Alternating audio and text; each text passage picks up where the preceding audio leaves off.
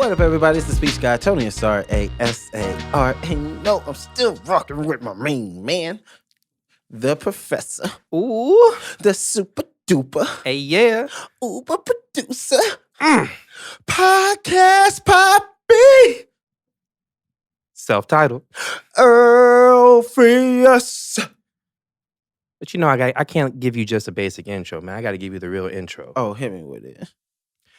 It's the man to my right. That's If this is the office, I'm Jim. He's the white. Oh. What? I'm the darkness. He's the light. Fair. And he might be high as a kite. It's the one and only Tony Asar. ASAR. How you doing, man? I'm doing pretty good. Good. I'm living a lifestyle. What's the lifestyle? Please let me into the lifestyle. The lifestyle is good vibes and feeling all right. That's how we do it. That's the slogan for your lifestyle? Honestly, that's been the slogan these last couple of weeks of my lifestyle. Feeling good and doing all right. Yeah, Okay. man. You know, like having like good personal inventory check-ins and always questioning, you know, certain thoughts and challenging negative views. And Okay. it's out here Self-improvement, it sounds like. It's part of your lifestyle. Way better. Like got certain things under control so far. Okay. I mean, I had a slip up last week, but that was cool. But like I said, it's under control. We don't talk about those. We don't talk about those. Those are like speed bumps in the parking lot. Like, you just get over it and get to your destination. You only gotta be 90% good. That's an A in my book. Can we confirm that, Derbs? Yes? 90% good? You right. Like, Okay. I'm rocking with that. You could go 100. But why? Well, you could just be 90. You just need 90 of it to work. So it doesn't matter when you do the 10%. That's what it is, right? It just matters when the 10% comes out, where it comes out. It's like how Walmart calculates losses in their year. Oh, okay. You're gonna be like, all right, I'm probably gonna fall off the boat X amount of times. But I'm gonna keep getting back on that boat, though. I'm gonna keep back on. Okay. And then I'm gonna be riding some waves. Well, good for you, man. Thanks, my G. How you been, though? How was your Thanksgiving? Thanksgiving was good. You know what I mean? I got to hang out with my parents. My Beautiful. parents and my girl's parents. It was the first time they kind of actually sat and hung out for a little bit. Oh. Yeah, I know. That face What says it was all. that like? That face says it all. It was good. It was good that there was football on. You know what I mean? Those conversation leaders that, you know, when it gets kind of quiet in the room. Oh, that's a good hit. That part. 1974 Dallas Cowboys. You know what I'm saying? And then everyone could break down their stats. Yeah, exactly. I got a stat. But it was good, man. Bro, I almost got into a fight. But who? Nah, I'm over 33. I'm 33. I'm over 33 because I'm 33 and a half. I still do halves. Fuck y'all. This nigga 34. I'm almost 34. 34. And I've never hopped out the car on somebody, bruh. That's something you're not supposed to do. I know you're not supposed to do. I already got talked to by my parents about this. This is my favorite sport. Yeah, you live on the edge. I took a step over the edge the other day and almost got in a fight in the middle of the street in Adelanto. And the only thing that stopped me from swinging is one, I'm a lover, not a fighter for one, you know. Yeah, you got some Lovey D vibes. But two, there was somebody in the car next to him videotaping, and I didn't want to go on World Star. Oh. Not to say I would have been knocked out. I was They were ready for you.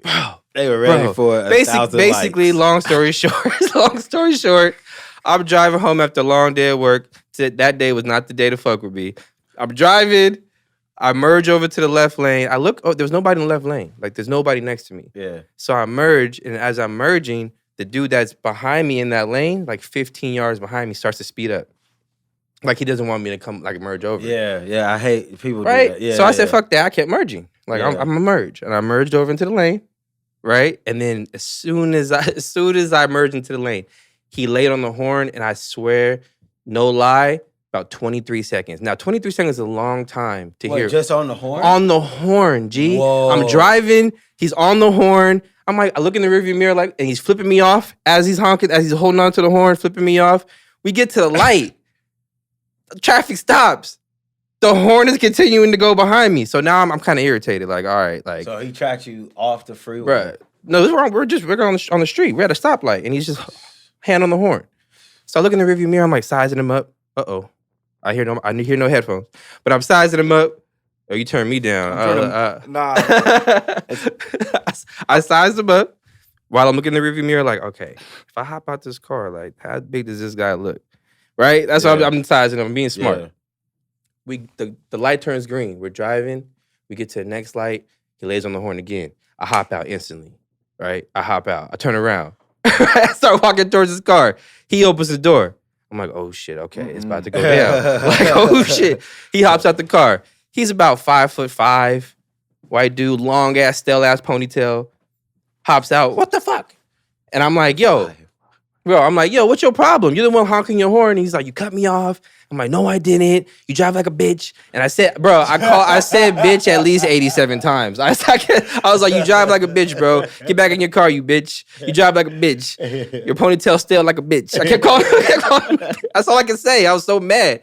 And so as I'm calling him all types of bitches and we're arguing, I look over to the right and there's somebody in the car with the camera out. Now he has tint. And all I see is a smile. All I see is a smile. It's a bit narration. And I see a hand with the phone in his hand. I look over, it's this black dude like filming, smiling. So I'm like, all right, somebody's filming, right? So I'm like, hey, get your fat ass back in the car. Oh no. As he's getting back in the car. So he definitely felt some type of way. So we hopped back out. So he comes literally about 3 to 4 inches from me. So we're in the middle of the street and we're this close. I'm like, oh shit, we're about to really fight. Like, fuck. Right? I'm like, oh shit. Yeah. So I'm standing there. I'm like, what you gonna do, bruh? You's a bitch. I was like, he was a bitch. He said, Lee's just looking at me like snarling and shit, hands clenched and shit. So I thought in my mind, I'm gonna do the whole, what nigga? Right? Like, what, motherfucker? Like, that's my plan. So I sit there and I'm looking at him and he's snarling at me and I'm like, what, motherfucker? He didn't move. He didn't move. And so in my mind, I'm like, okay, he's with the shits. He's got an Allen wrench somewhere in his fucking pants.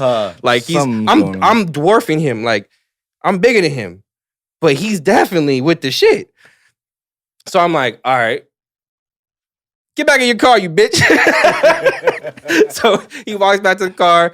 I start getting back in my car. He's talking, I'm talking. I turn around and I'm like, yo, the auto zone's right here. Because at this point, the light's turning green. Mind you, this is all in the middle of traffic. So the light's starting to turn green. So that's why we start gravitating back to our cars while we're talking shit. So I'm like, yo, the auto zone's right here, bro. You can get your ass beat on these streets that you care about. I'm like, come on to the auto zone. He's like, yeah, let's go to the auto zone. So I hop in my car. I peel to the turn lane because the turn lane's right to the left. I'm ready to turn into the auto zone. I get to the turn lane. That light turns green. He drives by honking and flipping me off and shit. I'm stuck in the turn lane looking like a dumbass. And that's how I almost got into a fight. Whoa, Earl. I'm never hopping out the car always again. The Zen one. Dude. That is so... Dude, I was surprised at myself halfway through. I was like, what am I doing? Like, I'm out in the middle of the street. In the middle of Adelanto. Everybody here is fucking ugly. We already went over that. Adelanto has the ugliest people. And this guy did not disappoint. Oh my God, when he walked out, I was like, what the hell is that? And then I almost got into a fight, bro. But I found my center somewhere in the middle of that kerfuffle. And I came back to reality. I think it's hilarious. Like now I'm fighting peace and you're getting into random street fights. It transferred over to me. It was a sickness, I'm telling you. But I'm doing well. Yeah, exactly. Man, but honestly, like if he was honking like for 23 seconds, yeah. Bro, it was legit. I would have hopped out. I don't say 30 seconds because I think it was between 20 and 24 seconds. Like it was legit holding on to the horn. And it's like, I didn't even do anything. That's what really made me mad. Like you tried to speed up while anyways. You know what? Hey, whoever has that footage, by the way, who was filming me call that dude a bitch like 87 times, please send that over. All Black Podcast. Please send that footage over. Right. I want to see Earl's.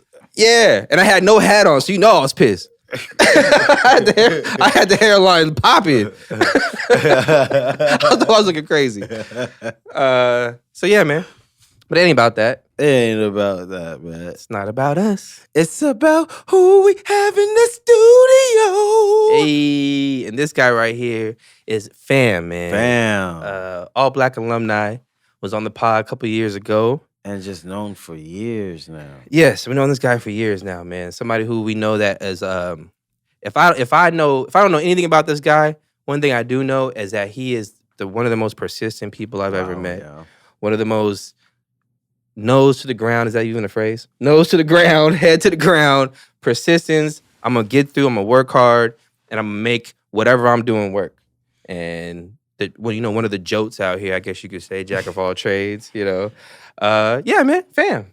Yeah, fam. And you know what? I just love how he's always fresh. I appreciate freshness. Cat's fresh. I acknowledge it. Always had great conversations with him because the man always looks to the sky with no limits. And I have no limits. And sometimes it's disastrous when we got together. But but sometimes it wasn't. So right. So yeah, lots of love.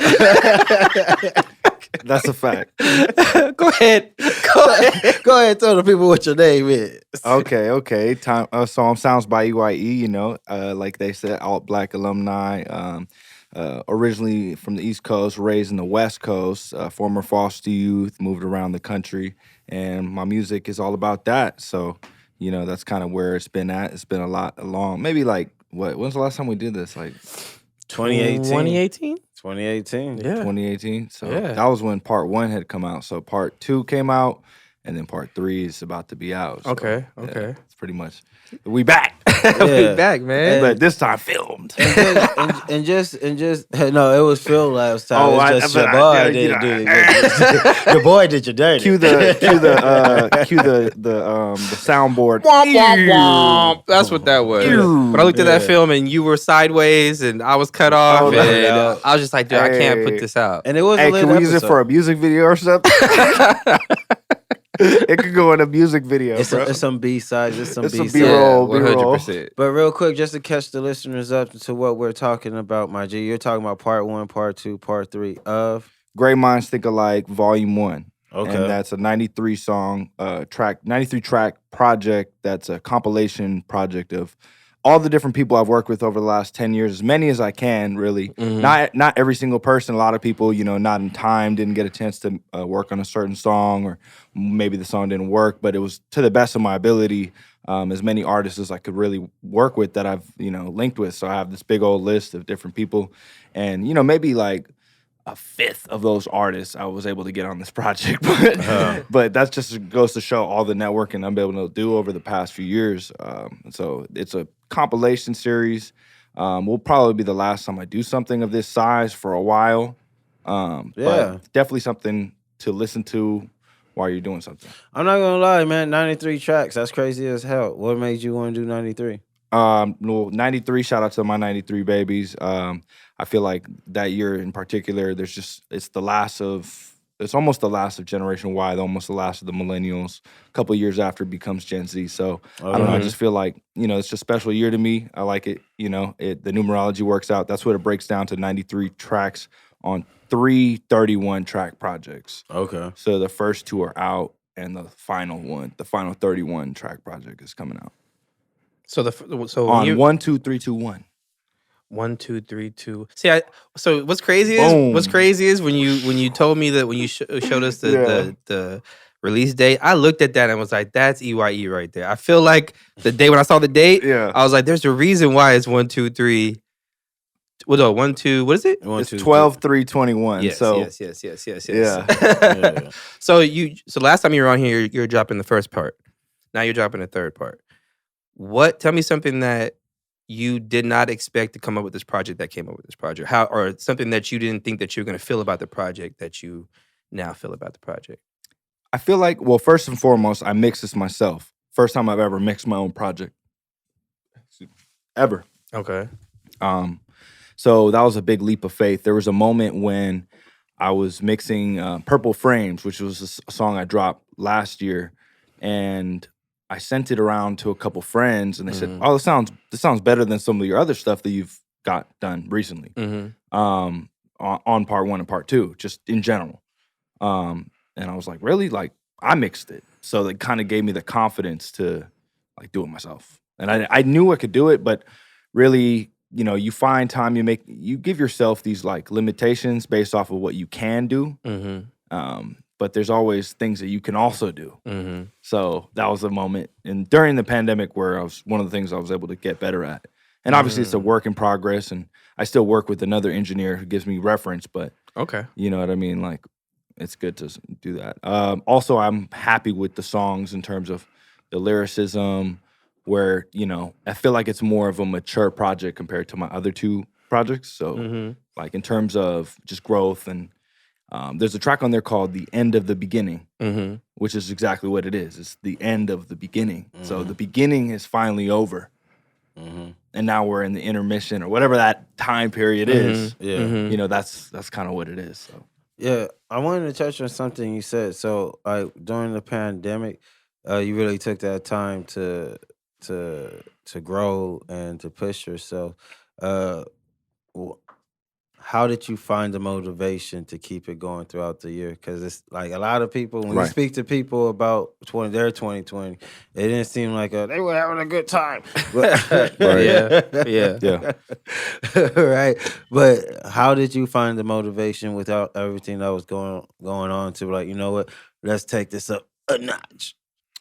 Well, for one, you always buy low and sell high in times of crisis, right?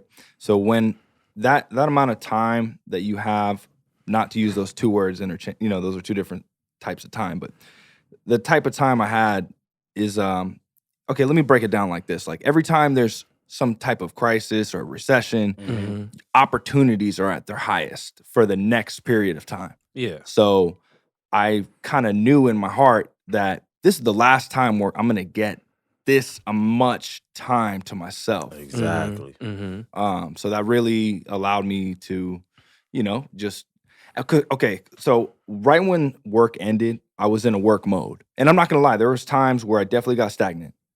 Sometimes this year, sometimes a little bit last year, but for the most part, it was all based off momentum. And trying to build my routine up. Now I'm still figuring that routine out. You know, it's not easy. But routine is very important, especially times where you find yourself in the middle of hitting streaks and, you know, getting little things done.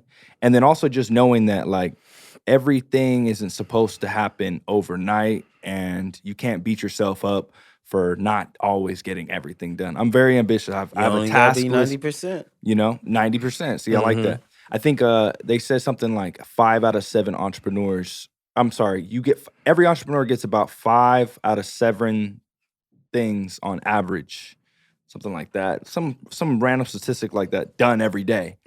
So there's always 2 things you don't get done. Facts. So it's like, okay, but what do you do about those? Do you forget about it, or do you Roll it reschedule it, figure, you know, and Roll just over keep, minutes. you know, roll over minutes. I love it. Just roll it You over know, to the next that's day. a millennial thing. Shout out to my millennials. 93. I think 93. another thing that was key is what you said, that a lot of artists, or should be, if there was an artist orientation or whatnot, it should be mentioned, is routine. Routine. And trying to go about figuring out the routines. So far, what's your routine consist of? I wake up, I'm most productive when I wake up as early as I can. What's the first thing you do when you're waking up? First thing I do when I wake up is make coffee and roll a blunt. Okay. Shout out Respectable. to Problem. Yeah. Push your coffee. Let's go. Respectable. Yeah. Respectable. Probably. And then when I'm at my best is when I start writing. Right now I'm not in writing mode, so I haven't been writing when I've been waking up. I've been actually getting to it in terms of planning. Whatever is the most pressing thing of that day is really what I do first in the morning. But I try to make that writing or recording something creative, whatever the creative endeavor within you, that little thing that you're feeling motivated to accomplish. That's really what I'm trying to do, really. So if I can spend even just an hour or 2 on that, sometimes it'll take, you know, with the extra time, you'll find yourself 7 hours just looking at the same piece of paper, trying to think of like, how do I, you know, really get out of this issue and or figure out this, you know, challenge, you know. And that's one of the benefits of this pandemic is just that time you've been able to think and really think through ideas, you know, and just considering what could go wrong and what could go right, and looking at different alternatives and doing research and talking to different people who've, you know, had structures and things like that, and just learning, man. Yeah, you are the only person I know Smoke a Dutch and read a book. You know what I'm saying? 100%. You're the only person I know who has the the master clusterfuck plan. What is that called? Oh, break that down. Yes, what was that shit called? Yes, how he remembers it. Yes, the master clusterfuck. How can I? It looked like a master clusterfuck. For some reason, you're able to, it's able to work for you, and you're able to use that to like you're talking about planning your day. That's where I lack at. I could plan all day. Executing is where is the part that's like the hardest. For the listeners, break down what is the master clusterfuck. Okay, so master clusterfuck plan. Is that what that is? So glad you asked. We right about that? That's what it's called. That's literally what it's called. That's literally what it's called. That's trademark. Trademark. No. So master clusterfuck is. It's funny you asked that because right now we're at 2.0. Master clusterfuck 2.0.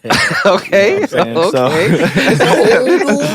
So okay. Master clusterfuck 5G. You know what I'm saying? Oh shit. All right. So the master clusterfuck is a plan of taking all of your associated ideas and chores and errands and ambitions and tasks and every single thing that's in your brain you can think of that is of importance to you in any way, shape, or form, from doing the dishes to dropping off some mail to winning a Grammy.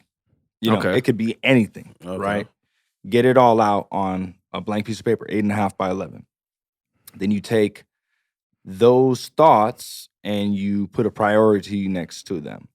And you basically, you figure out, okay, which one is most important out of these things. And you can create that based off of a 3-tier scale, a 5-tier scale. Depends on how much you got, honestly. If you have a whole bunch of stuff, then maybe do it out of 5. If it's not a ton of stuff, do it out of 3. Okay. If you really can get down to it, you'll get it down to 2. Okay. But essentially what that allows you to do is visualize your priorities. And then now you can see, okay, what are 1s, 2s, and 3s, 4s, 5s? Go to a new piece of paper. Maybe you can do it, just a brand new one. Put all your 1s together with your 1s, your 2s with your 2s, your 3s with your 3s. Now you really have a visual representation of what's important. Now here's what's most important. And it's important that you know that the 1 through 5 is based off of level of priority. So 1 is like urgent, like I got to do this now. Like I have to get, I have to go to the DMV, doctor, whatever. 2 would be just about the same priority scale, but, maybe just almost as important.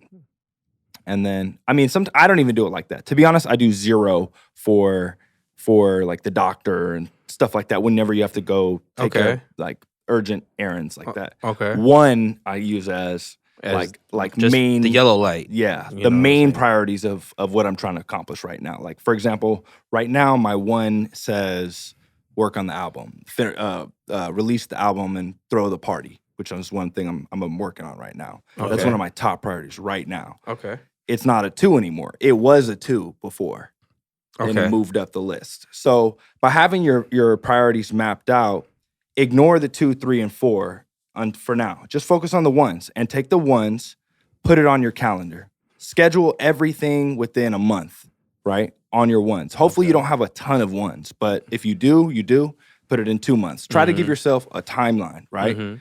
And then, just start knocking them out. Or what you can do is instead, because it works differently, everybody's different. And I found that I can be good with time or I can be good with task, right?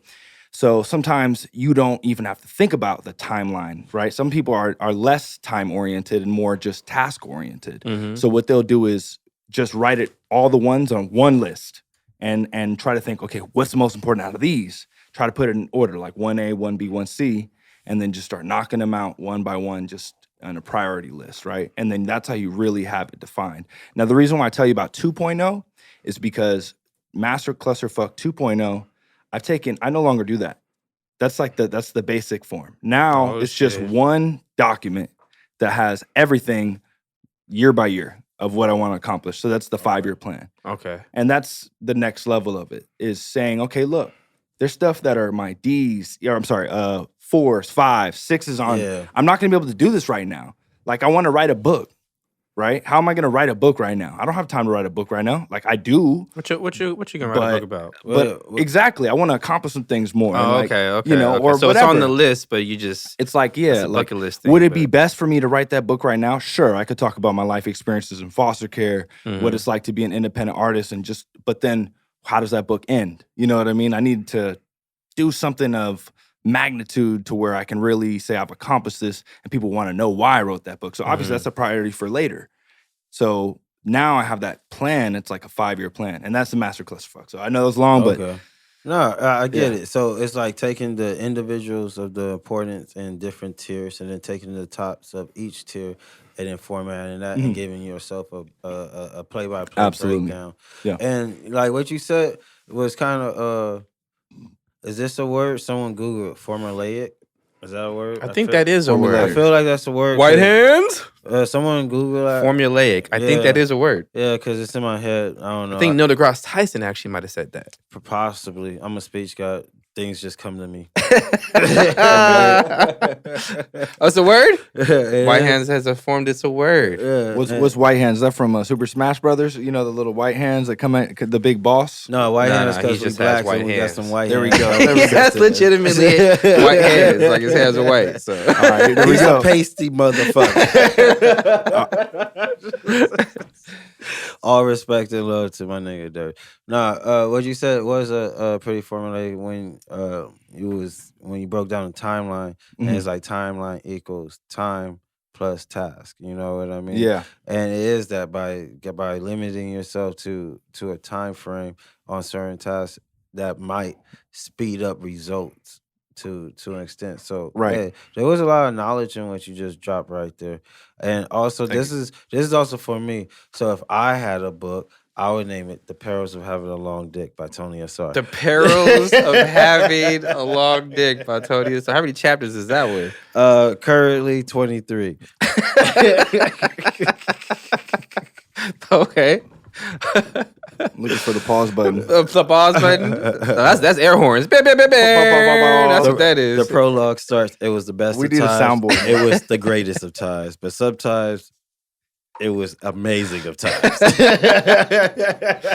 See, that's why I brought this for you. Put the pinky out while you talking about. There you go. Put that on. There you go. The Perils of Having a Long Dick by Tony Earl. All right, let's take that out before you get out of control. All right. Hey, so I see you slim down some. You know, from the last time I seen you. True Shout form. out to the fitness. Right. So give people some pointers. What was the cause of the slim down? Was it something that you legitimately tried, or pandemic, you couldn't afford no food, or you know, the COVID diet is the best diet. You know what I'm saying? The COVID diet. COVID diet is all over the place. Everybody's COVID diet. Hey, you know what I'm saying? This is the COVID diet. I'm just playing with you. I noticed. You know what I did notice though? A lot of people either gained some weight or lost a lot of weight. Yeah. I've noticed a lot of people have lost a lot of weight. It's not just me. Yeah. So well, let me in. What'd you do? So I dropped 45 pounds. Mm-hmm. So I'm back in my true form. I went from like Super Saiyan. The back from 205 to 160. Okay. Something like that. Okay. Yeah, in between. So about 40. Sorry. I'm moving this table. 40 to 45 pounds-ish. And started with honestly started with eating at home. Eating just like immediately just off of the work diet. Mm-hmm. That helped.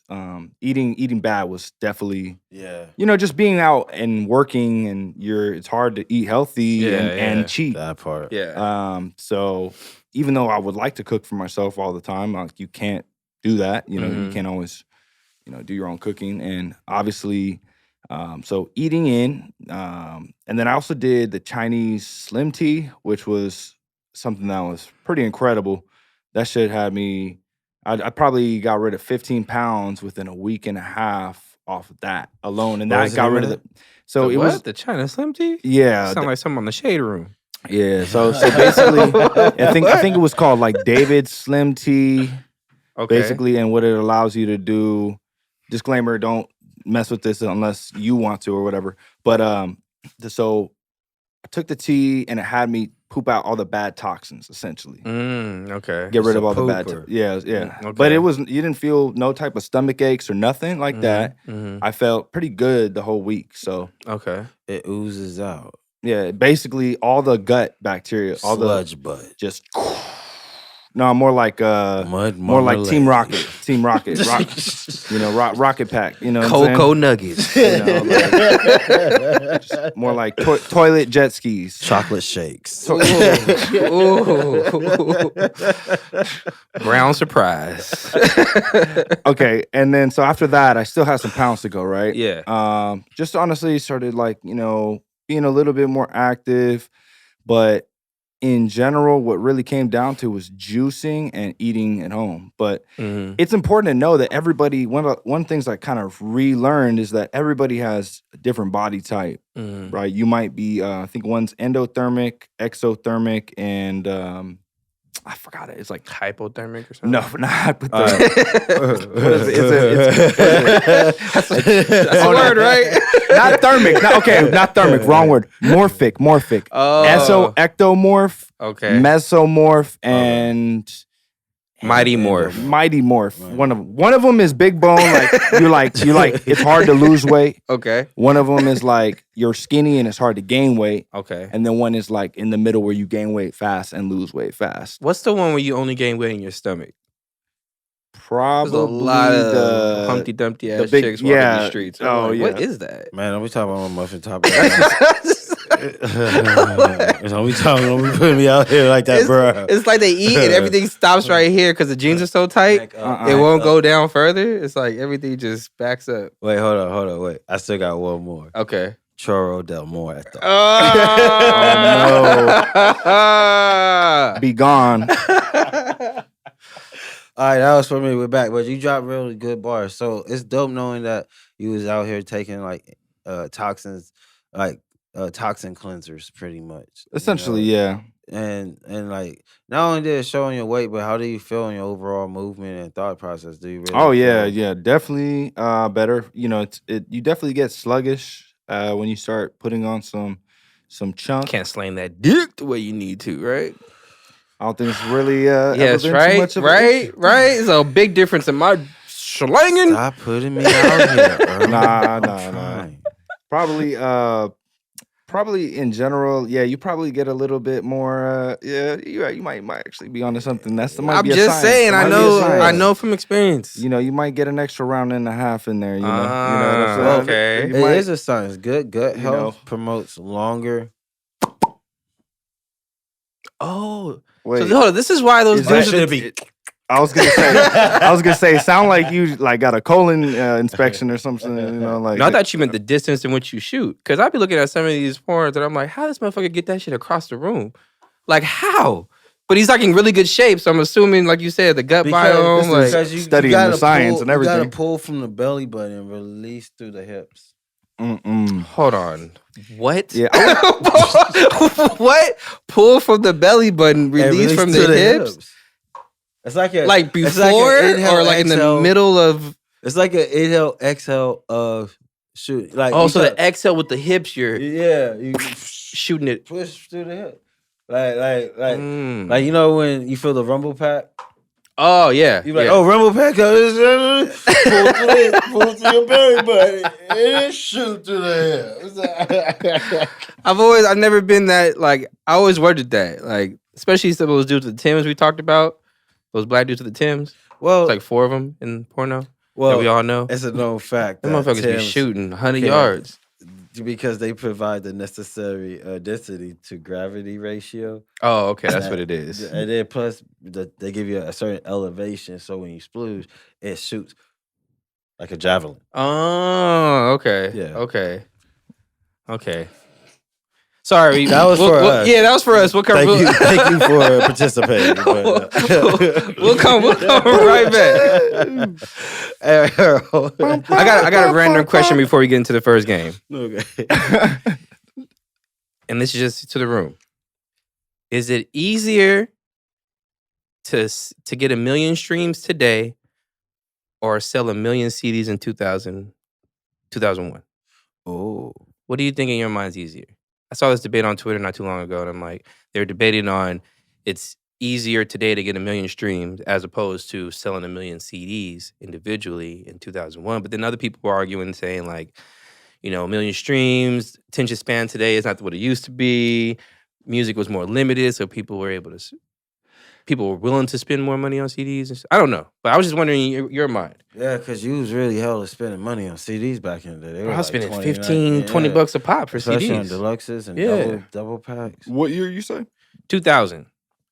Was it easy? Was it Target easier had to the sell a deals. million in 2000 as opposed to selling a million streams today, or is it easier to get a million streams today? That's weird because 2000 was the year it all went to haywire. Like 1999 was the greatest year of CD sales in the history True. of music. True. So 2000 is like But not that year, basically. So but still, that's interesting. but still, it was still a song. If you said 99, I would have said CDs. I'll say 99.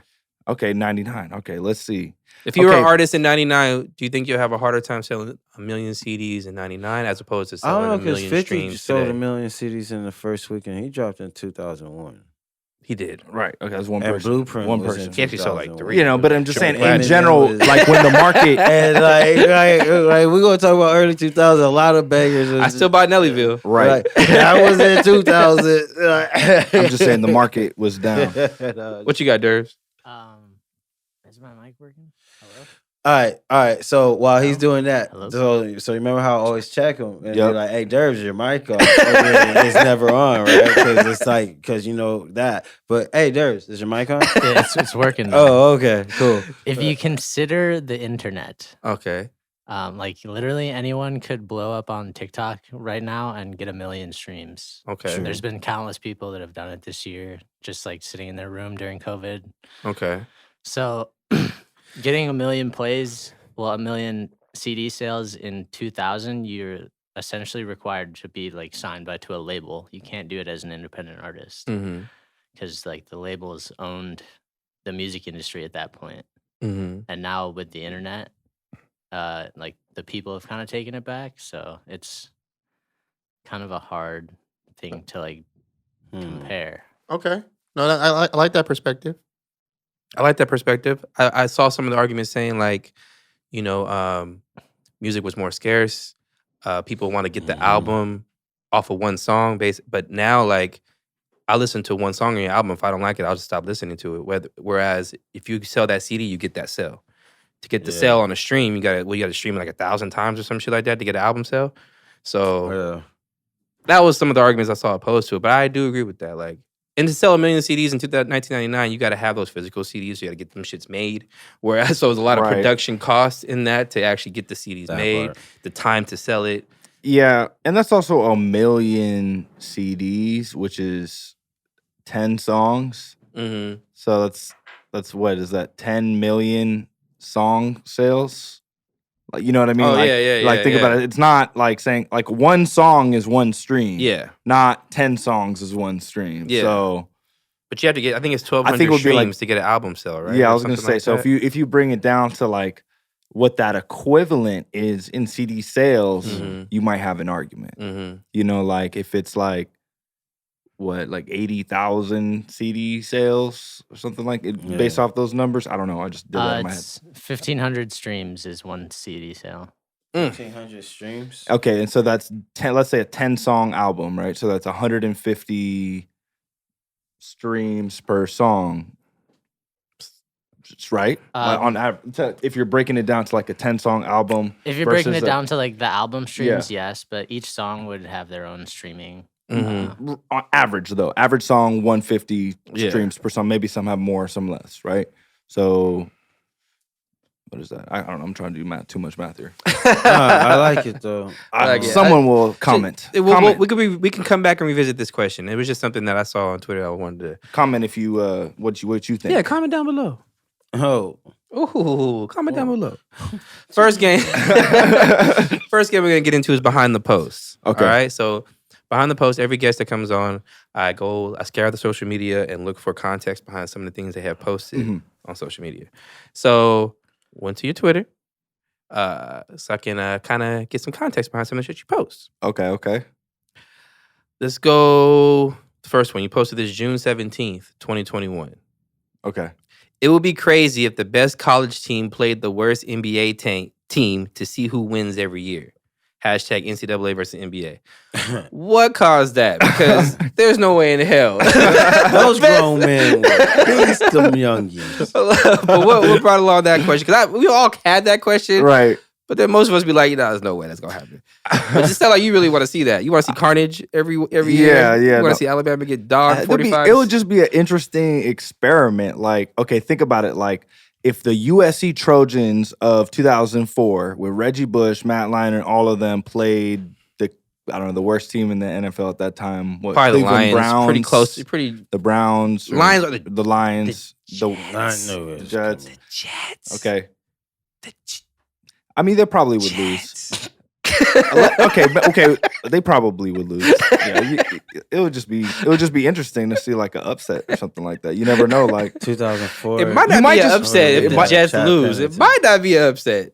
I think that's It's upset if we win. because Tony. I saw a Byron Scott jersey. Oh yeah, you are the Jets fan, huh? I am.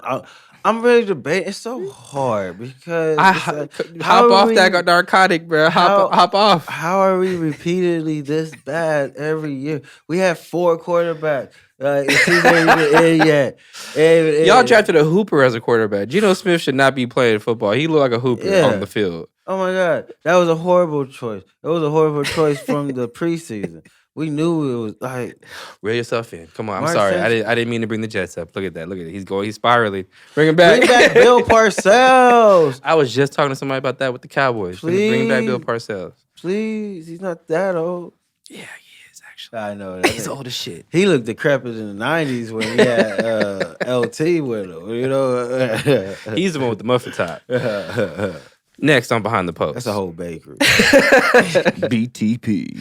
You posted this July 17th, 2020. Boom. Promoters.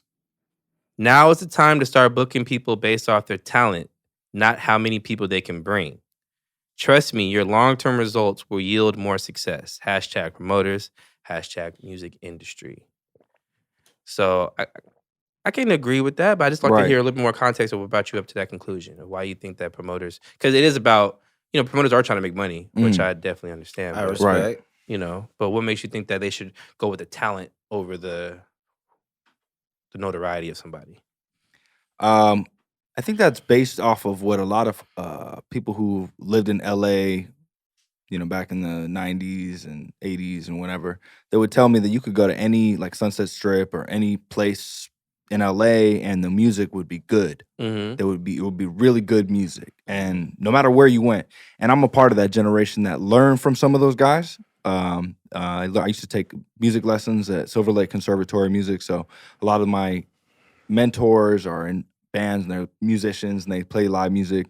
And I think that what happened is a lot of when the music industry went down and it was harder to find talent that was bringing out names and selling, and it was an experiment.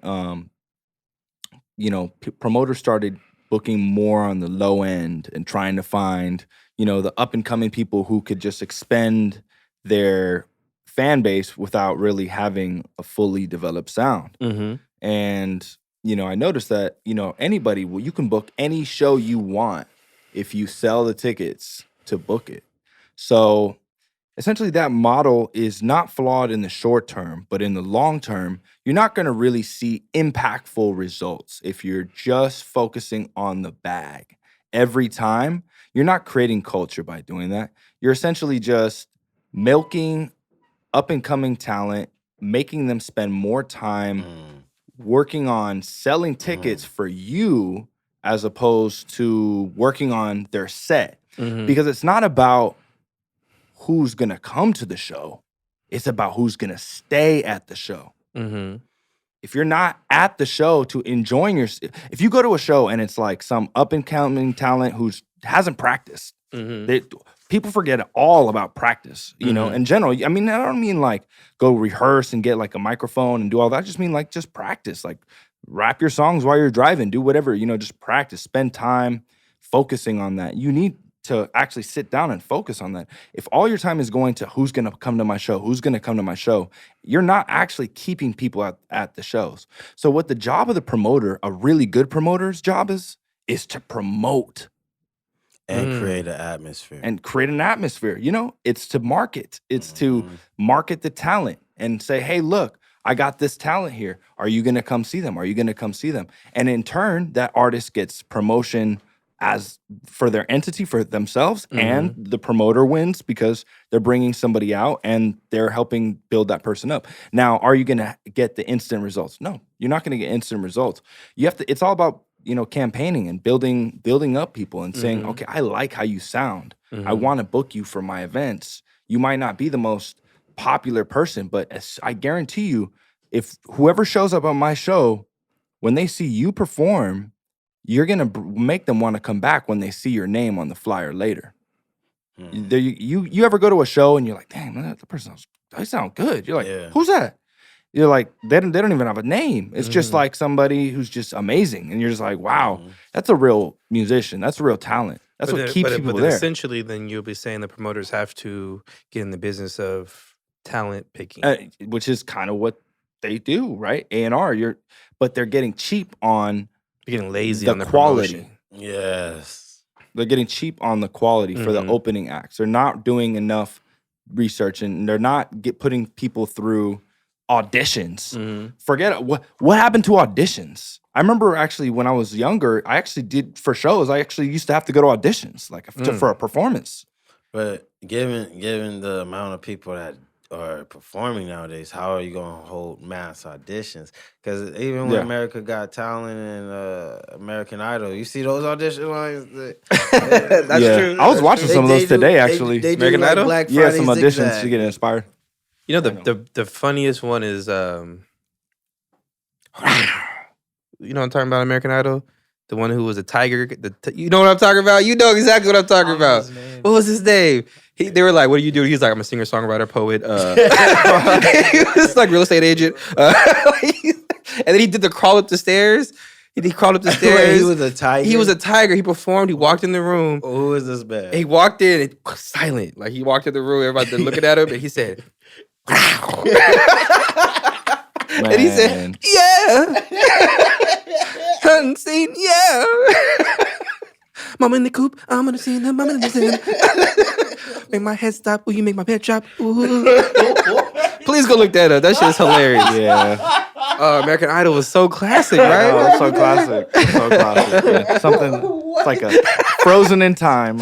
Oh yeah, Hey, the white head's looking it up right now. His name was something Tiger or Earl. Throw that clip. Right oh yeah, right there. Wow. I can't find his name, but all the videos on YouTube are just Tiger Man. Yeah, yeah, dude. Everybody, please, right now. A clip will be in here, actually. Yeah, clips in the video. So yeah, clips in the video. Enjoyed us. Okay, we'll watch it after. But all right, keep going. But yeah, thank you for participating in Behind the Post. Not too hard, right? I didn't bring him nothing salacious or nothing like that. Right. You know what I mean? I'm trying to look out for my homies, you know? Right. He's looking out for the homies. Now, so one thing I know about you is that you're very good at networking and meeting that you people. Are. Like he is, you can go by AKA Network King and I wouldn't be mad. You know what I'm saying? Like you are the network god out here. Give some people some tips on Welcome how to Olympus. I'll give some people some tips on how to network, how to properly network in your mind to build and grow relationships and navigate, especially through the LA scene. Yeah, it's a beast. Yeah. One thing I would say is very important is to take your time with connections, but also understand that you're not necessarily going to get instant results. I think Los Angeles, you're talking about LA. LA is a very patience-driven city. You have to be mindful of that.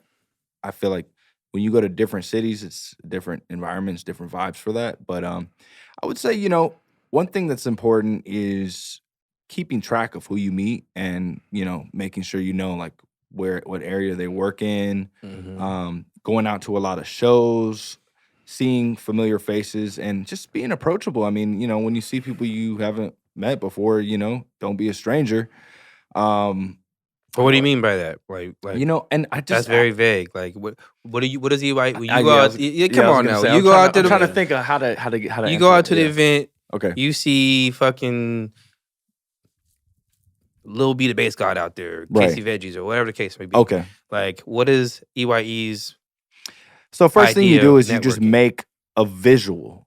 Sometimes you won't even, when you're, especially somebody like at that level, you really have to be patient. It can't be like, I've heard of a lot of artists that will do something like that, where they'll meet somebody who waiting outside the studio and they'll wait until 4 a.m. because DJ Capri, Kid Capri, or whoever is on the radio, or Funk Flex, or whoever is, and then they're waiting for that moment so they can get to them, and they approach them with their CD, and they get this shit thrown out, and they keep trying and keep trying. Like, it really is that. But for me, I like to do it a little bit different. I like to essentially be,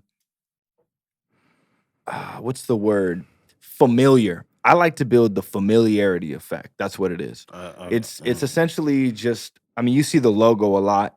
That helps for sure, because people might not recognize my face or recognize me by my name, but they'll recognize the logo for sure. So that helps branding wise. So brand yourself, and then continue to be familiar to people. I met Evidence at THOP Fest. I could, let me, if you want, we can. I'll drop the clip. I'll send it to you guys. Or whatever. I actually got it with me, so I can, EYE, but I met. It's not your show. We do the show. Thank you very much. Nah, it's just like a quick video my homie got of me, just talking to him. But when I talked to him, I was like, bro, hey, what's up? It's me, and you recognize me at all? He's like, yeah. Like, it didn't feel like he didn't know me. It was like a moment of like, oh, and it was because it probably is because I put in little tidbits, maybe it's tweets, staying on Twitter, following that person if you want to meet them, or networking around people or in familiar circles. That is great too. So if you're trying to get through to somebody, not necessarily going directly to them, but having somebody that they consider important, having them talk about you to them, and maybe even doing that multiple times, trying to approach different people who know that person and just be like, hey man, just mention my name. Just let them know about me. Y'all don't want anything. Like, all I want them to know is who I am, so we can create a connection and see where that goes, and see how I can provide value and how they can provide value, and we can win in the long term. Because there's always going to be somebody young to come in and bring some new, fresh aspect to creativity and art. So that's the angle I come out with. So I'm not gonna lie, when I see young people in the game, I know I got a victory coming. Explain. Because I got experience, I know I can make certain maneuvers that be set up. Okay. Because young people, they got the sprite, they got the vigor, but they're sloppy and they move too fast. Very true. So really, I say young person, I'm like, oh, you're gonna stumble. I'll just leave you a minute. I've seen that before. I was like, oh, you be all right. Yeah. I've seen that before, where you might see somebody in their like 20s about now, and like, hey, you're famous, so like you gotta like help me make this connection right now. It's like, dude, no, you gotta sit down, chill, and just be you and be present and be patient in your own skin, knowing that whatever's gonna come about is gonna come about. But if you like try to stress people or rush people or pressure people, it's never gonna work out to the extent that you want it to. Like, and even then, what I just talked about like meeting Ev, like that was a very fast thing before the show. I didn't get a chance to interview him. I didn't get a chance to like, tell him about my music and all that type of stuff.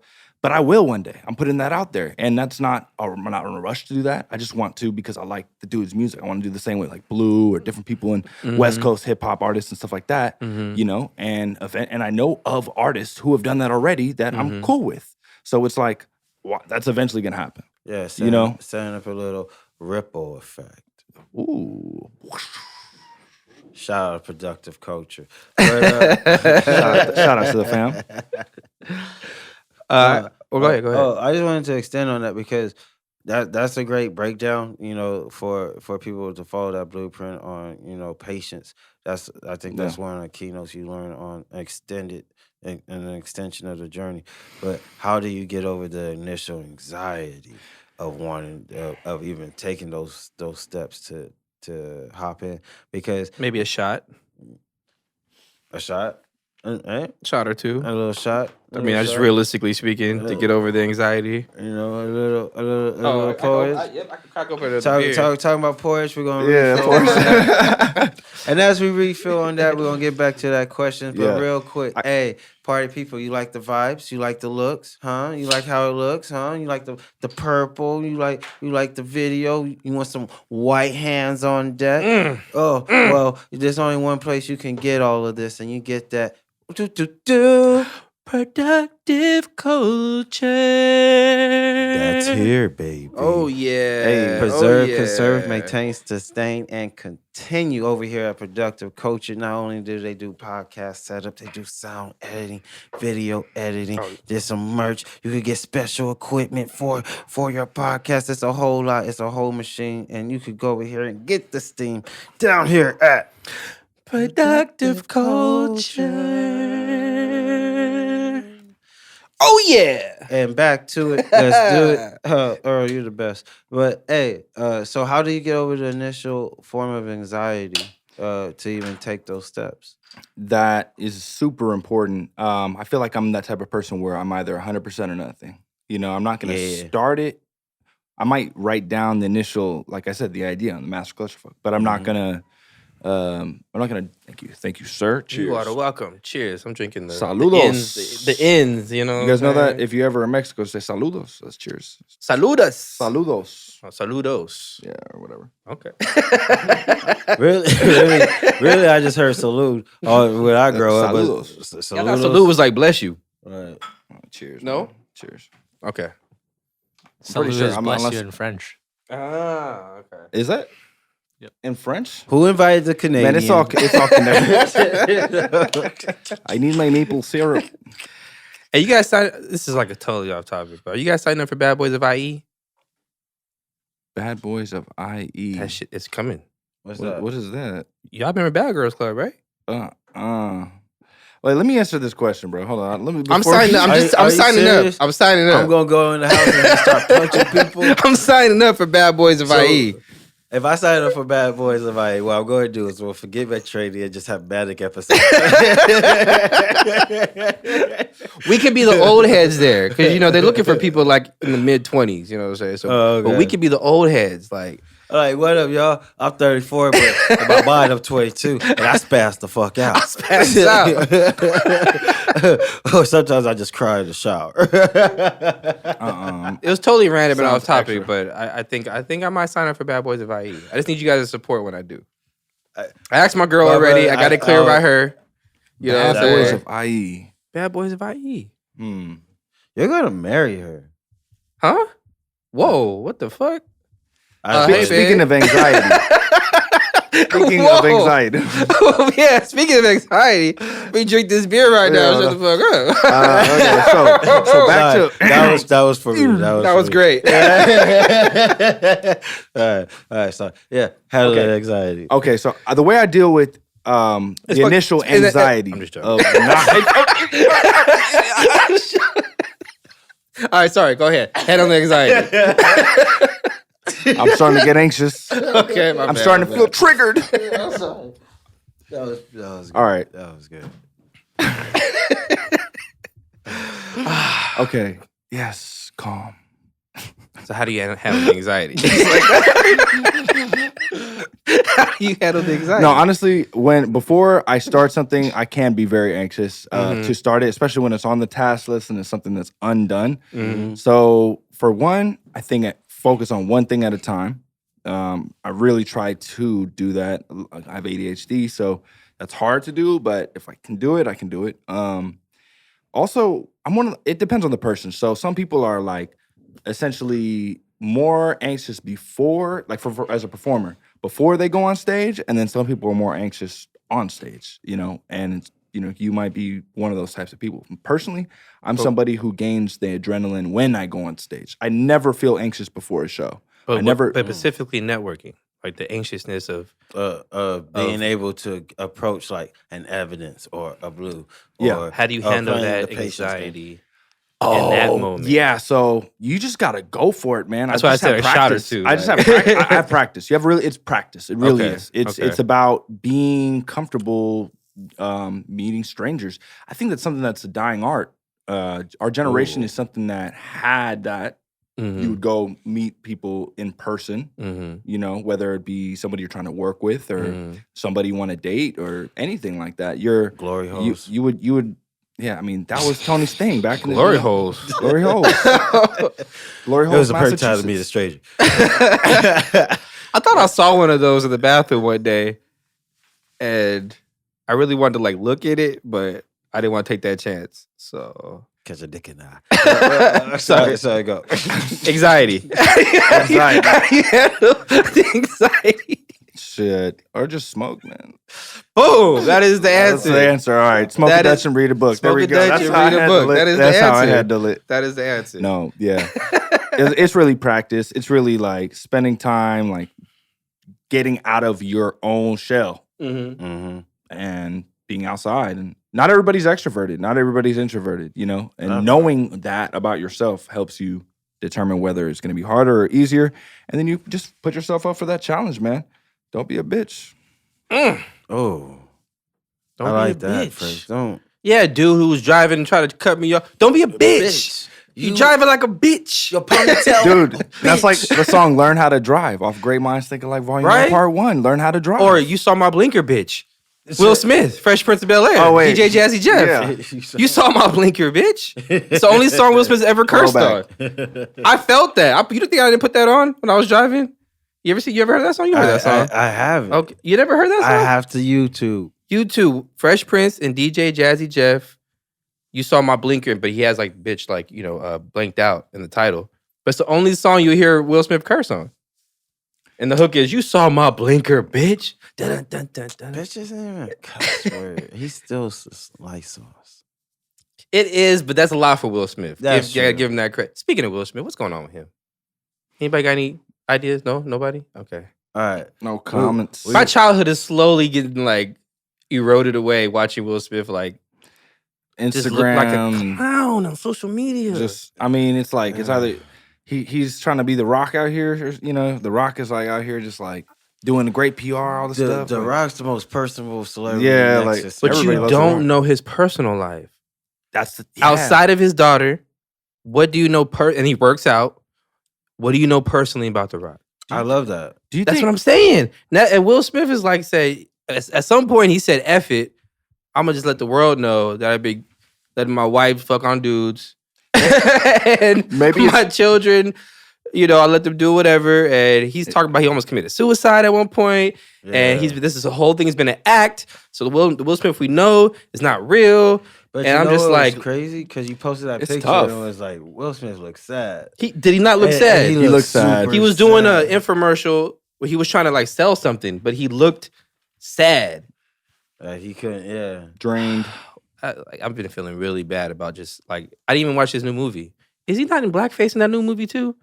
What new movie? When he's Serena Williams' daddy. King Richard. Just watch the previews. It's a little darker than Will Smith should be. They blackfaced him. They're like, we can get away with this. Yeah, because black on black equals okay. I guess so. But Will Smith was looking a little dirty. In that video, I was like, is that dirt on the side of his face? Did they try to make him darker? I don't know what's going on, but I digress. Will Smith, man, he's got a lot of good movies though. But you did say something about people not wanting to meet in person and stuff like that. Yeah, and it's true. I was thinking about this like a couple of days ago. This metaverse, especially now, this metaverse shit is an example of like, it's going to succeed and it's going to grow and it's going to be the thing because people are so much comfortable meeting people behind the screen than they are in person. And this whole metaverse thing is like, bro, I've been learning a lot, my nigga. I've been learning a lot. I've made like over $3,000 in the past like 2 months on this crypto stuff. I'm telling you, bro. On NFTs. No, I don't even know No, what the fuck that crypto. is.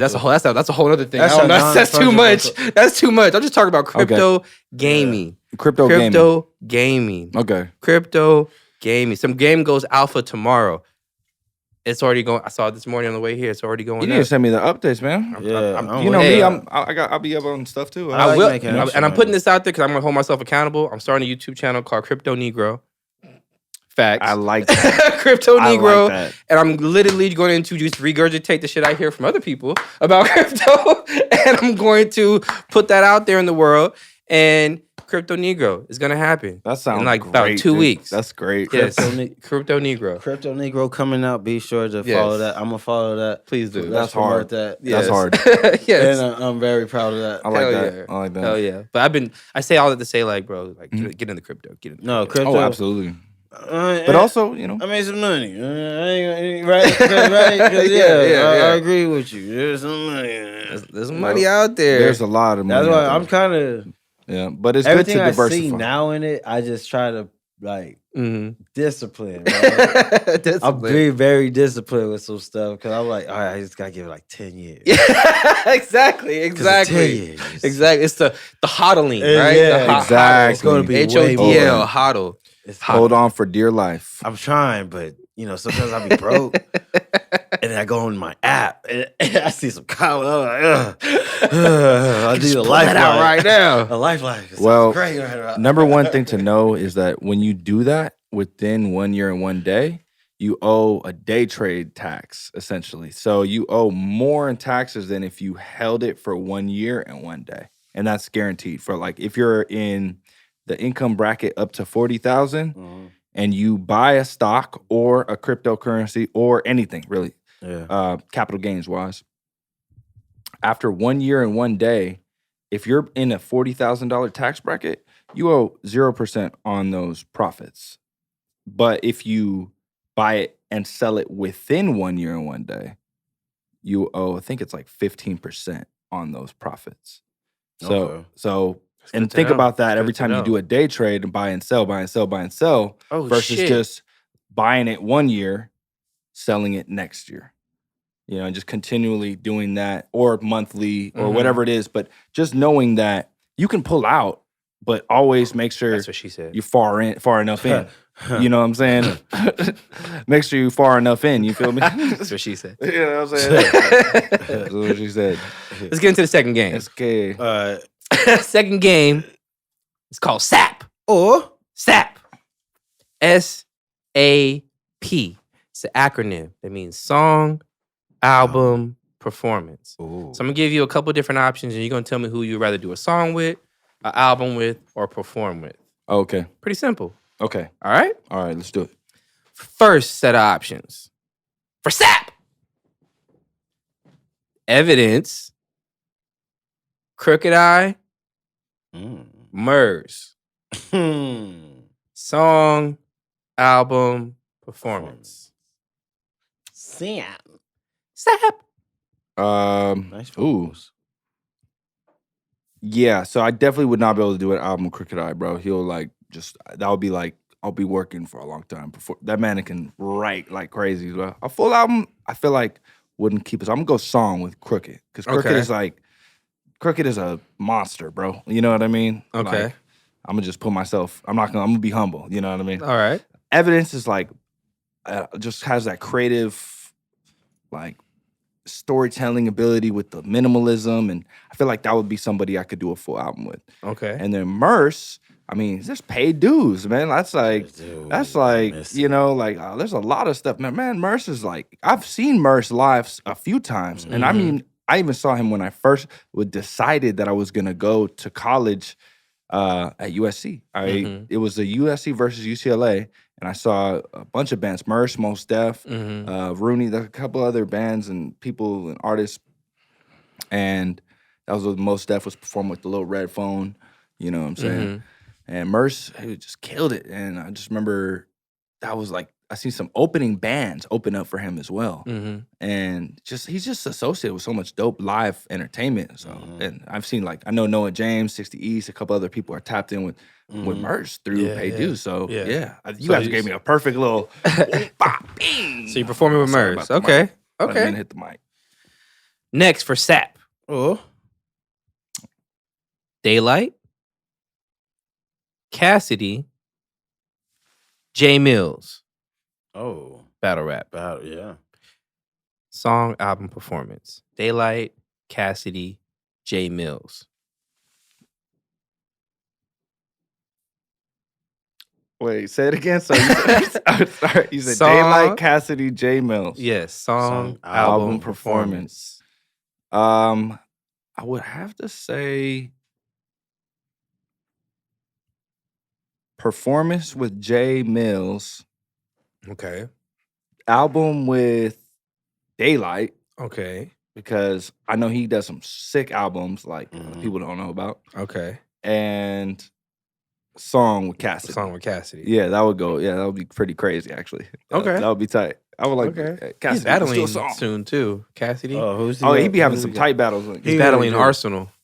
See, Daylight is the only. Yeah, I'll saw tap in for. I'm Bro, tapping in. have you spent time watching Daylight's battles, bro? Like, Oh yeah, The- no, the Daylight time- is the- insane. it's insane. Dude. I don't think like, this outside of yeah. what's homeboy outside of not Murder Mook, but he's the like, other dude. I'm different. The other dude that his delivery is so different than everybody, but he just be losing. What is his name? Can't remember his name. But anyways, Daylight is one of the top, bro. If Yeah. not the top. He Like, did. Daylight's He did announce his insane. retirement though. He did. Yeah, from battle rap. Yeah. Yeah, from he battle did. rap, yeah. He did. I think that. Oh, it's because he's But got I that can bring him out of room full of retirement. mirrors. I think they have Yeah. that group. Yeah, That I'm looking forward to seeing what they're going to do. yeah. Like, Kendrick's leaving TDE too. no, It's I out. know. It's That's his last why. album. That's why this new collective is.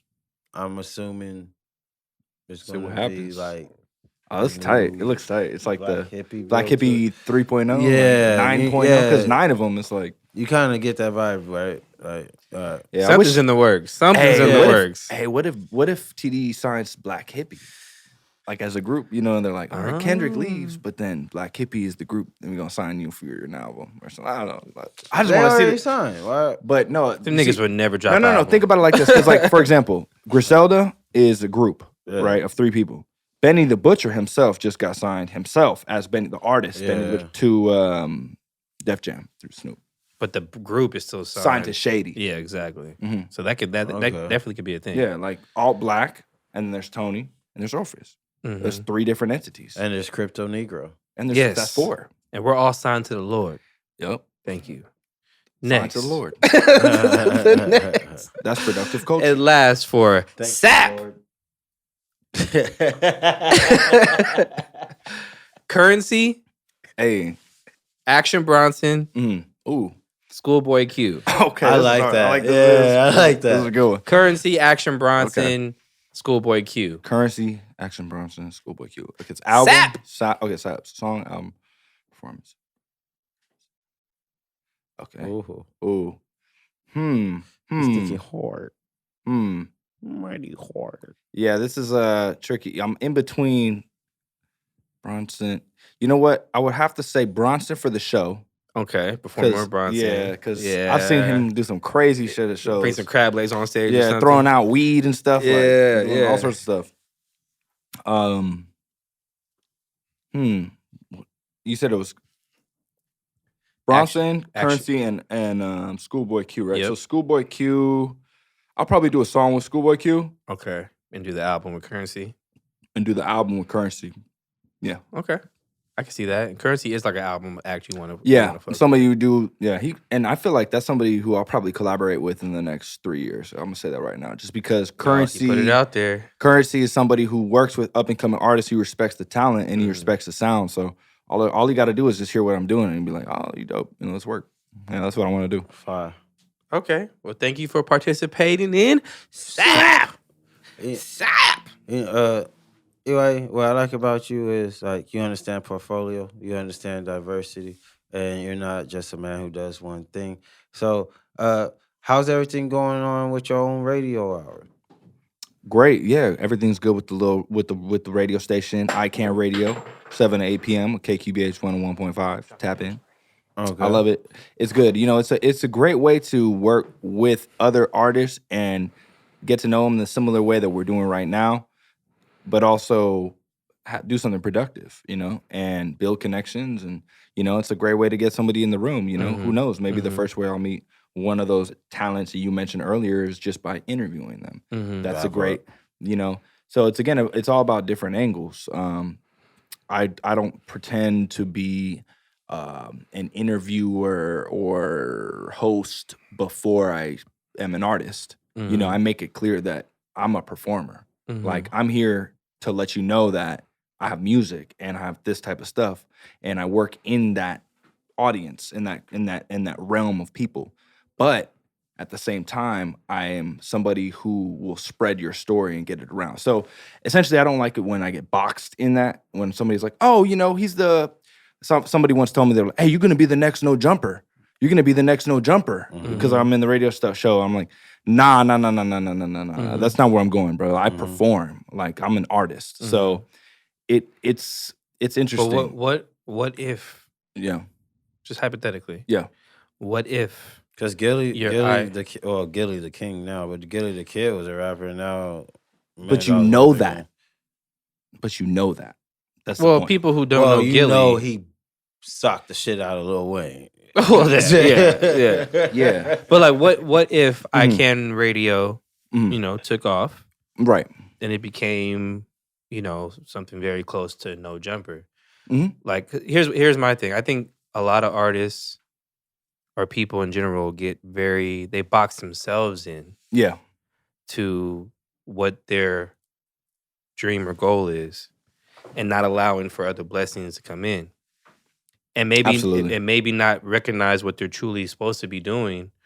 You know what I'm saying? Because they're so stuck on. I'm not saying that you're not going to be a artist or anything like that, but I do wonder, like, there's artists out there who get opportunities to do other things, but because they're so steadfast on becoming the artist, they miss out on those opportunities to actually be in another field or something very similar, and thrive in that field, and then let that be something that can power the music or whatever the case may be, or even like putting the music down, like, you know what I mean, like. But I can't say like I'm not an artist, you know what I mean? Like, I like podcasts. If somebody told me like, hey, you could drop the podcast and then become White Hands behind the camera, I'm not interested in that. You know what I mean? I'm interested in being behind the microphone and talking and creating that way. But if somebody offered, like, if a No Jumper came to me and said, hey, I got, you know, I'll pay you a salary to edit our videos and stuff like that. I will probably try to do it, but it might be hard. Your heart wouldn't be there. Yeah. So maybe I'm over here talking out two sides of my mouth right now. Think about it like, we're talking about No Jumper. Think about it like AD. You know, every time AD is on that show, he's an artist. You know that. He talks about being an artist. Oh, see, I didn't know he was an artist. I mean, I know he does music, but I thought that was Adam's homie, and he started doing music after. I didn't know this backstory. That's fair. That's what I'm saying. So, like, a lot of people though knew of AD. I heard about AD as an artist before he even got on No Jumper, and a lot of people I know have told me about, like, in the streets. So we're like, oh yeah, AD's tight. You know, and I have some connections through to AD, talking about networking. Shout out peeps. Yeah, like, so I feel like that's somebody who you're gonna see and you're gonna eventually find out is an artist, or you're gonna know immediately. But you know, that he's not hiding it. Is the point. And so the difference between me and somebody like, you say, if I just put it all down, or like a No Jumper, is that, like, I still have that creative ability and performance ability, and, like, people tell me, oh, when I come to your show, I see somebody who sounds good live. Like, there was some people tell me my live is better than my tracks. That's a good sign. You know what I mean? So that's where I'm at, and that's where my heart is. But I interview people to get to know them, to hear their story, and to give people an example of the experience of an artist meeting somebody who they're familiar with. I make it I'm not shy about it. I'm like, yo, tell me something that you would tell your younger self or whatever, because I need to know that. And by you telling me that, as somebody who's made it and set the stage, I'm able to transfer that and you show that example to a younger artist who sees me meeting that person, and showing and doing it in an authentic way, and not fronting. The last thing I want to do is interview artists that I really like and then tell them, like, have them hit me later, like 2 years. Oh, you rap, bro? oh, I didn't know. Mm-hmm. Like I know that some people do that. Some people do that and they're shy about it, and but I'm not like that. I'm an extrovert. I want you to know. I'm not gonna be shy. I'm gonna just tell you who I am immediately. No, yeah, Whether you like it or not. You But definitely in a gotta cool have way. that tenacity. Yeah. To the whole spiel of it, but I like that more tenacity, so, yeah. But more so, being an artist who interviews artists and being a performer who's interviewing other performers, is there ever a time that you have guests on that you pull something from what they said and incorporate it into your the repertoire? time. Oh yeah, Yeah. What would be one of the major or one of the key things that you have pulled from a guest that you had on that you say you incorporated and saw like need some cool results? I mean, in general, you see, I can't specifically just pull something right now, but I can tell you, well, maybe one. Seeing, I'm not going to name the artist, but seeing a particular artist work with other artists at a certain level. I had mentioned that, right? Or seeing somebody blow up on TikTok and being like, damn, you got 100,000 on TikTok. That's crazy. How did you do that?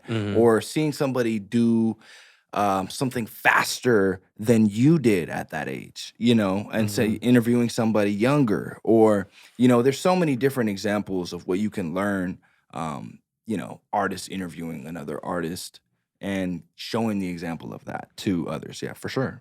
Okay. But I want to say, I can't say like specific takeaways, but in general, you can learn a lot from spending time with different individuals and figuring, okay, this works, this doesn't work. This works for me, this doesn't work for me. Hearing what they went through, asking people what went wrong. That's actually a big thing. That's huge. Finding out what can go wrong. What's going to stop me in the future? And hearing those stories, and hearing, examples of that. But not letting it discourage you, but more so allowing you to be prepared when it does come up, so you're not, tripping, spazzing out and you don't lose everything. That part. Well, thank you for that. I think it's time to get into our third game. And it's what that mean though. This is where I have a couple of quotations from, different scenes in movies, writers, actors, musicians, and whatnot. You reach in, you pull out the quotation, read the quote, tell us who it's by, what you think that mean though, and if you agree with it or not. Are you ready to play? Let's do it. All right, party time. Yeah, new bag. New bag alert. New bag alert. That lunch pail? It is a lunch pail. Yeah. Hell yeah. Technically, it is a bag. All right. Sorry, I'm going to draw from it. All right, let's go. Just pick one. Oh, got two. Let me see one. Yeah, put that back. Can't look at it yet. Say the quote and who's it by. Yo, I don't know who this is by, but this right here applies exactly to what we're just talking about. So the serendipity is real. It says, judge a man by his questions rather than by his answers. Boom. It was just talking about ask questions to find out what can go wrong. The biggest attribute to failure is assumptions. The biggest attribute to success is questions. Ooh, so I don't know who Voltaire. I don't know what that is. What is it? Voltaire. He must have. He might have wrote a book somewhere. Voltaire. I think it's Voltaire, bro. Voltaire. It's Voltaire. That's what it's Voltaire. Voltaire. Voltaire is what I call that little snappity snap at night. You know what I'm saying, girl? Pass that Voltaire over here. Let me get down with it. Anyways, next. She make it Voltaire. Voltaire in the pot. That's that. I brought you guys something too, man. I brought you guys something. So, oh, you know what I'm saying? Shit. We out here. All right, let's see. All right.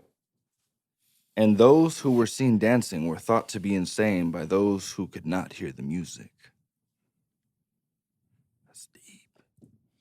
What that mean though? Nietzsche. No, I can't say his name. Friedrich Nietzsche? Nietzsche. Okay, hey, you tried. Nietzsche. Bless you. All right. I mean, that really means like, you know, you can try to look from the outside looking in, but sometimes you just got to go in. Just got to go in. No. Sometimes you can really like, a lot of times people like to see things from their own shoes. And, you know, when you look at things from an angle of the eyes of another, you're able to consider a different perspective. Okay. So that's kind of what that means to me. And those who were seen dancing were thought to be insane by those who could not hear the music. You know, that's those being judgmental when really everything's fine. Sounds like my life. That. Okay. And one last one. Oh, okay, we take the one out. Okay, one more. That's a cool game. I like this little bag. Yeah, that's an lunch. I'm all in my bag. Maybe it's come back next week. All right. A doubtful friend is worse than a certain enemy. Let a man be one thing or the other, and we then know how to meet him. A doubtful friend is worse than a certain enemy. Man be one thing or the other, and we know then how to meet him. Aesop Fables. Yeah, that definitely means, you know, that keep your enemies closer type of thinking. Essentially just being aware of, you know, what people have against you and being conscious of that, honestly, can, in my opinion, in my experience, alleviate those types of dramas and things like that. Especially when you come to terms with things. So yeah, I think that having a doubtful friend, that's like just, you know, snake in the grass, somebody who's not sure, and you know, eventually they double cross you at the wrong time. So that's what that means. Yeah. Okay. All right, I like it, man. Thank you for playing. What that mean, though? Yeah. So the year is almost up. Oh, Legitimately almost up. We were in the end of November going into December. And we asked every guest on the podcast, no matter what part of the year it is, we asked them what's one thing they need to get done at the end of the year. What's one thing they need to get done before the year is up? Sorry. Mm. So it doesn't have to be music related or creative related. It can be anything. But give us one thing that you need to get done in a month.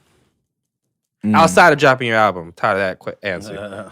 Yeah, we know. It's already done. We know, yeah. We know. Already done. Tired of that fucking It's answer. already out. It's out for pre-order. But Yes. when does this drop? Like, This will drop when it drops. exactly. Right now. Right in this moment. It's dropped as you see it. Yes, it's dropped. yes, you can say that. It is dropped right now as you're watching this. Yeah, so at that point. Now I forgot the question. What is the one thing that Yeah. you need to get Okay. accomplished Yeah. by the end of this year, by the end of 2021? My birthday's at the end of January. And I'm hitting all. I'm trying to make a full day on my birthday where it's, you know, music video, show, release party.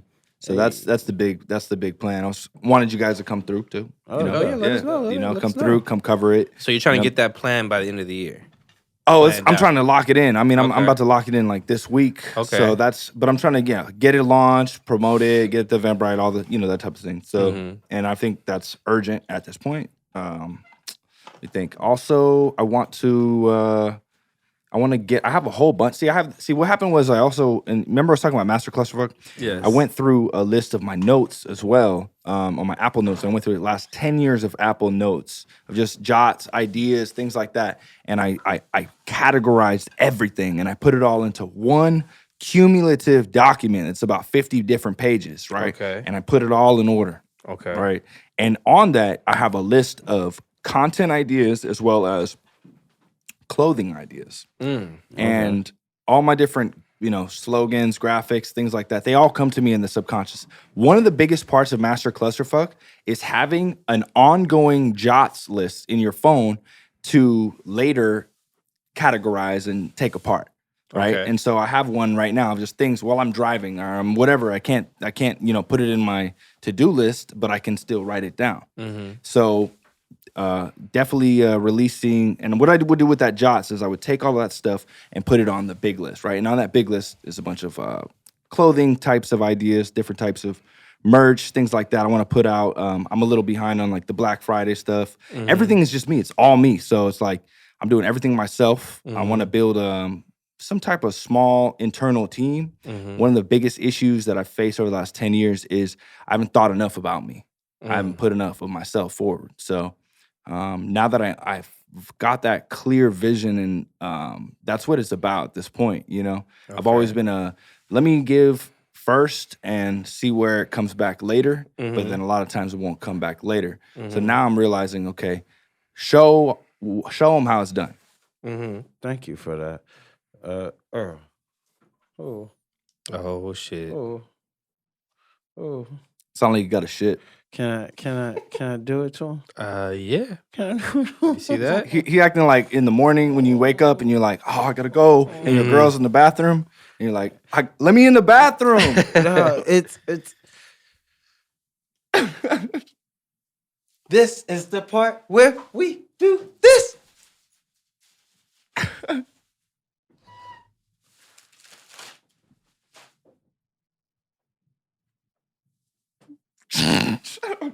The Nardwar shit.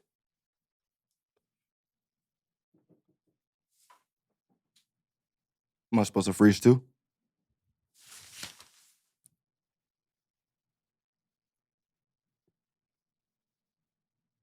He held that one. And we are back with another edition of the freestyle. You trying to top me on the vocals, man? I don't like that. Derm's face is like like he smells, like, you know, his face like he smells some piss. That's what his face looks like. Anyways, we are back. In the freestyle segment, of course, we got EYE in the building. Sounds by. And of course, he's going to grace the I need that drop. Right? Right? That whisper tell off. So EYE is going to grace the microphone with a freestyle, man. It's true hip hop shit. So everybody stay tuned. White hands. Drop that beat.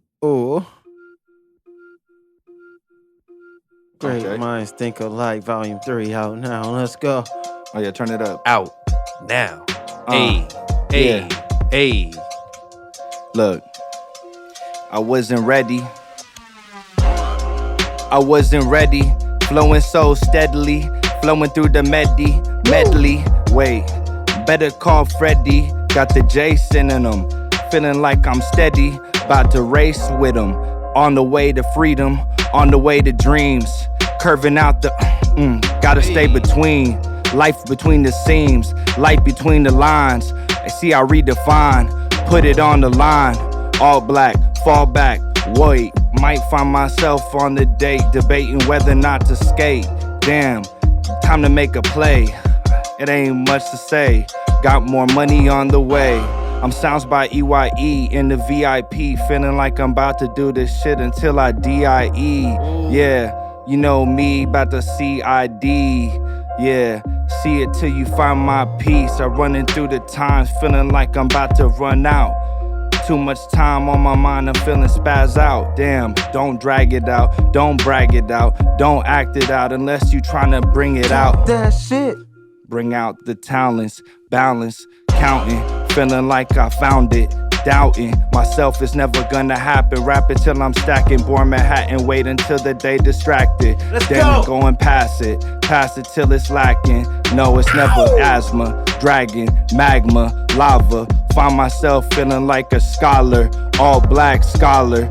Put it on the flyer, ain't no denying. Yeah, you know that shit was fire. Sounds by EYE. Talk that shit, baby. Talk that shit, baby. I wanna come on a radio show and do like the actual written, like the one they, you know, have the rehearsed, yeah. Like, you know, like the Funk Flex version, you know. But at the same time, I actually like doing that version. The freestyle, right? It's a real freestyle. It kind of shows where people at in this game. I saw you tap in, but real quick, tell the people where they can find you at. Oh yeah, follow me, Sounds by EYE. Follow at ICANN Apparel, you know what I'm saying, and at ICANN Radio too. EYECAN Radio, EYECAN Apparel, at Sounds by EYE. And where can they go ahead and listen to ICANN Radio? iCan Radio is at KQBH 101.5. Local to Boyle Heights is about 10-mile radius, and then you can hear it internationally at the lpfm.la app. Also, you could check it out at icanradio.com if you want to just do that. You can also listen to hear Tony's show as well. The comedy plug. Yes, sir. Yeah. And when you gonna get a show in there, man? You better. Man, I ain't got no time, bro. That's just. I ain't got no time. time. I'm talking about time. Big dick out here. I don't got time to travel with this big dick. The Parrots are having a long day. The Parrots are having a long. I'm in chapter 4, mind you. I'm doing a little interlude in the chapter, just telling my struggles with a long dick. Oh no. Everybody find me at EAAAAAAAAAAAARLPHEUS. Orpheus on all social media platforms. Orpheus. And then Crypto Negro coming soon. Crypto Negro coming Crypto soon. Negro is coming soon. I am not joking. Merch is coming soon. Crypto Negro. Oh. That's just coming soon. And yeah. Yee. And check me out, Tony Asar, ASAR on all platforms. Check me out on Twitch, Tony Asar, playing Apex Tony. I'll be like killing people like super bad. Like, fucking these people up like so bad. I'll be like, And then you can, you can also check out the Comedy Plug, now streaming on Spotify, Anchor FM, Deezer, and all the other things you check on there. It's on all those platforms. It's where we fuse jazz, trap, some of the music coming from the pie, because we need the whole slice and nothing less, as well as I fuse it with some comedy albums and some of the dope comics I met on the road and out in the city. Again, Comedy Plug on Spotify. And hey, check out Alt Black, of course. Subscribe, like, share. Alt Black, ALT BLK Pod, YouTube, Spotify, Apple Pod, all that other jazz. Hell yeah. Did I miss anything? I just forgot to tell you that I met a girl in LA recently who recognized me and said that she wants you to sit on her face. But I'll tell you about that more later. See, when you are a speech god, there Parrots. He said he master of the tongue. There's a parrot. No, she wants him to sit on her face. Yes. Wait. The Parrots are having a long day by two. I'm just saying, I don't know. I don't know what Tony out here doing. Chapter 24. What? Sounds like some. I was propositioned to sit on her face. Don't know what Tony's out here doing. But anyways. Oh, wait. Oh, check out San Fran Mutiny. I dropped a comedy album. You did drop a comedy album. Yeah, it's pretty funny. And it's got songs I make on there on stage live with the audience. This is different than the bomb tape. It's different from the bomb tape. These are not bombs. These aren't bombs. I actually tried, and actually it's like a loose set, an improv set. Okay. And it's called San Fran Mutiny because the day that I did this show, I had just got kicked out the house. My wife was cheating on me. I was about to get divorced, so that's oh shit! Wow. And so, hence the name Mutiny. And so when all this was happening, I just took up my money. I hopped in the car. I went to San Francisco, performed for like a whole weekend, and this was one of the recordings. So that's the music. Please, everybody, go watch this. So, listen to this. That's what's going on. Yes. Thank you for the context behind that. Everybody knows where you were at when you made this comedy. Oh, and the album cover, Harvey Milk, super gay rights activist as well as former mayor of San Francisco. That house that I shot it in front of was the house he had his first meeting at to announce he was going to run. So that's part of the music. San Fran Mutiny, out now. On all streaming platforms. And as always, stay tuned, stay glued. Smoke a Dutch and read a book. Boomy.